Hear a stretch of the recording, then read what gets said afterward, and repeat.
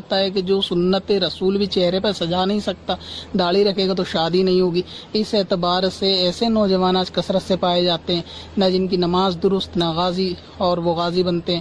دوسری اہم چیز یہ ہے نوجوانوں میں آج کل تو عقیدے کی حفاظت نہیں ہے, یعنی سب ایک ہو جاؤ, سب کو ایک کر دو, سب کلمہ پڑھنے والے مسلمان ہیں.